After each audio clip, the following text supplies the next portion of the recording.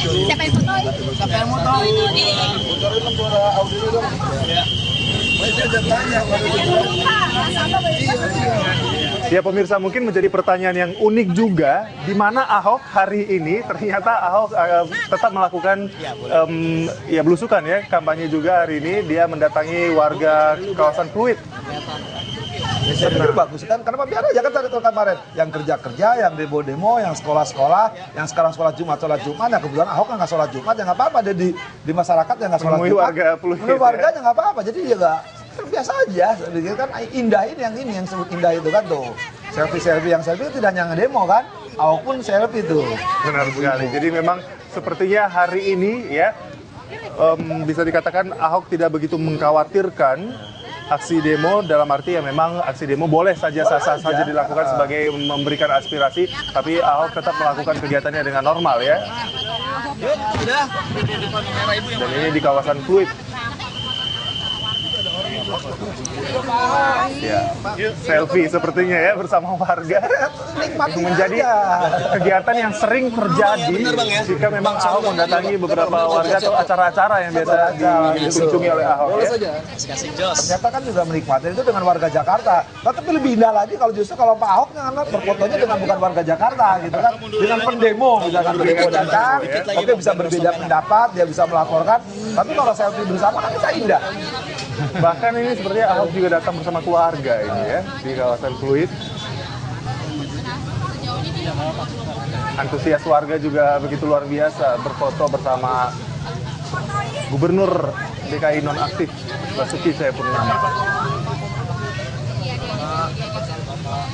Ya memang pasca pernyataan Ahok di Kepulauan Seribu kemarin mengundang hal baru jadinya ya menjelang pilkada ini. Tapi saya perhatikan ya, suka ahli gestur ya.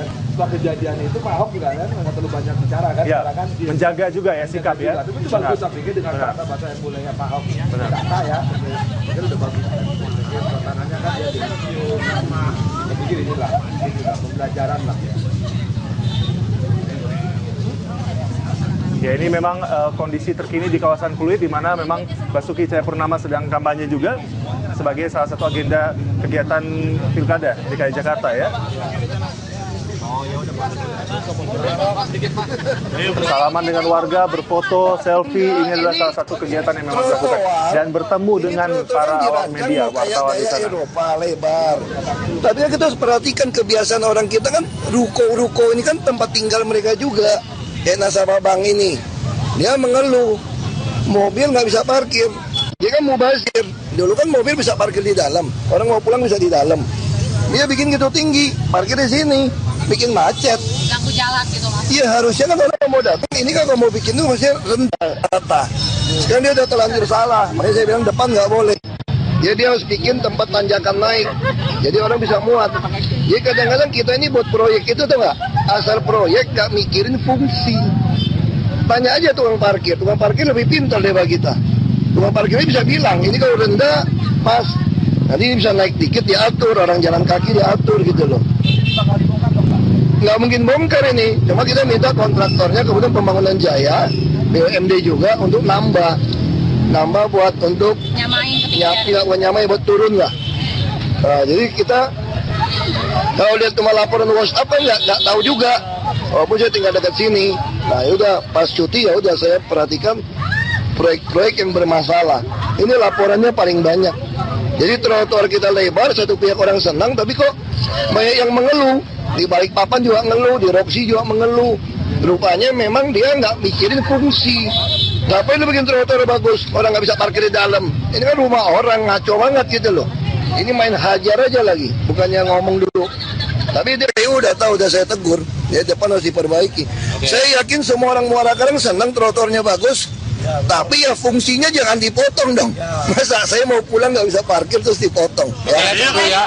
Ini mau sampai ke Muara Angke nih. Ayo, enggak nih teman-teman mau sholat Jumat.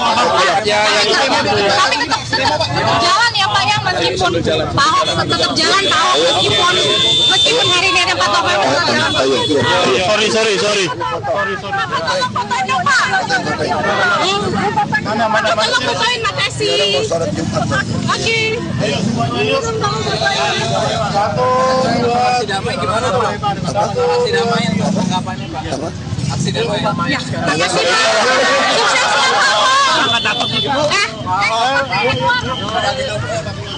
Dan kita kembali lagi ke Kang Asep selaku pengamat hukum pidana. Tadi kita lihat di mana ini para peserta aksi ini menuntut jelas ingin Ahok diadili dan juga dipenjara. Ya. Tapi kan kita harus mengikuti proses hukum nantinya, Kang. Ya. Nah, mungkinkah sebenarnya nanti ada titik akhir di mana ya mungkin tuntutan mereka jelas sampai akhirnya Ahok dipenjara? Ya, kita hormati, kita hargai siapapun yang menuntut. Orang sebelum diadili itu di pengadilan. Ya, harus diproses dulu. Orang sebelum dipenjara, tadi penyelidikan itu harus naik dulu ke penyidikan. Orang nggak bisa dipenjara, dalam bahasa hukumnya sih ditahan ya. Orang nggak bisa dipenjara kalau tadi tidak alasan tadi. Jangan sembarangan orang dipenjara. Sekali kalau memang itu ada alasan untuk dipenjara, ditahan, sekali lagi harus dipenuhi. Kalau nggak bisa. Nah, kalau sudah ditahan, kan polisi yakin ke penuntutan sampai diadili, sampai diproses. Jadi panjang sebenarnya perjalanan. Jadi kita nggak bisa sembarangan, kita harus menjunjung azas universal dimanapun, praduga tak bersalah. Ya, tadi saya katakan di awal di pertemuan ini, orang menghormati hukum, pemerintahan itu udah lebih luas. Ada polisi, ada jaksa, ada hakim. Nah, katakanlah sekarang kita siapapun bisa marah kepada Pak Ahok, ya, dan ingin memenjarakan, ingin mengadili, ya. Tapi bukti-bukti itu dicukupin dulu. Ya, orang nggak bisa mengadili tanpa prosedur awal diselesaikan dulu. Ya.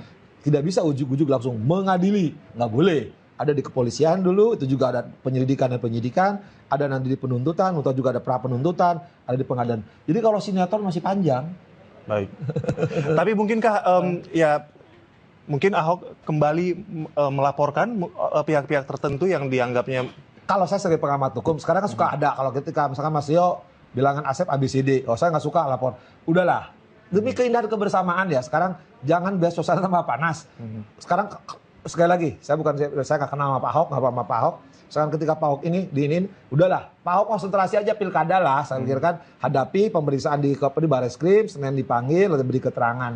Nah, kalau misalkan sekarang Bapak Ahok dalam tanda petik tidak suka terhadap ada orang-orang tertentu yang melaporkan, saran saya ginilah ya, dalam hukum itu gini, ketika orang melaporkan tidak terbukti sudah selesai, artinya yang dilaporkan bukan perbuatan pidana. Nah, tapi kalau itu menyangkut misalkan fitnah, misalkan kemudian pencemaran nama baik dalam arti terang-terangan yang sifatnya akan dampak luar biasa, saya pikir bisa dilakukan. Tapi kalau sifatnya ketika ada kemarahan satu kelompok tertentu ya, yang mengatasnamakan kelompok tertentu juga yang belum tentu benar, sekali lagi biarlah kita serahkan pada penegak hukum. Dan saya kira bagi Pak Ahok, sudahlah, kan kita tahu lah, misalkan bahwa sekarang sedang pilkada, ini perkada biar selesai proses berkada berjalan, ini proses hukum juga berjalan, masyarakat tertib kok. Dan malah saya punya ide, kita perhatikan kan, kenapa sih enggak kan? Tiap hari Jumat tuh hari demo lah gitu. Di demo dengan santun tadi, dengan damai. Biar seluruh Indonesia kalau ada Jumat. Tapi tidak hanya kelompok orang Islam. Seluruh kelompok lapisan manapun udah tiap Jumat. Kan di depan istana disediakan tempat demo.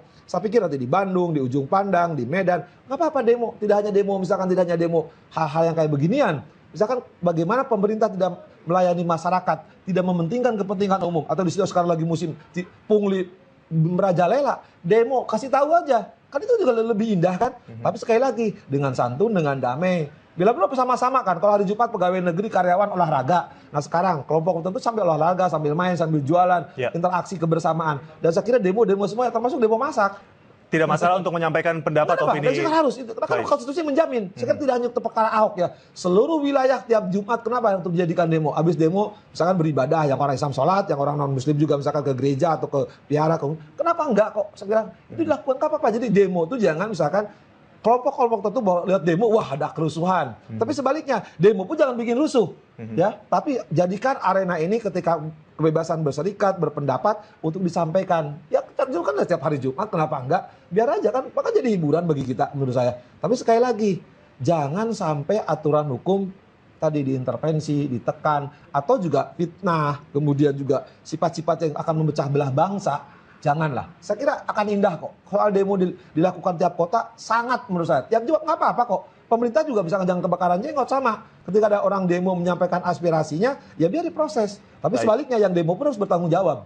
Baik. Yang demo bertanggung jawab juga atas tuntutan yang mereka inginkan juga ya. Bagaimana nanti prosesnya lagi selanjutnya nanti kita akan bahas lagi Kang Asep. Namun usai jeda tetaplah bersama kami.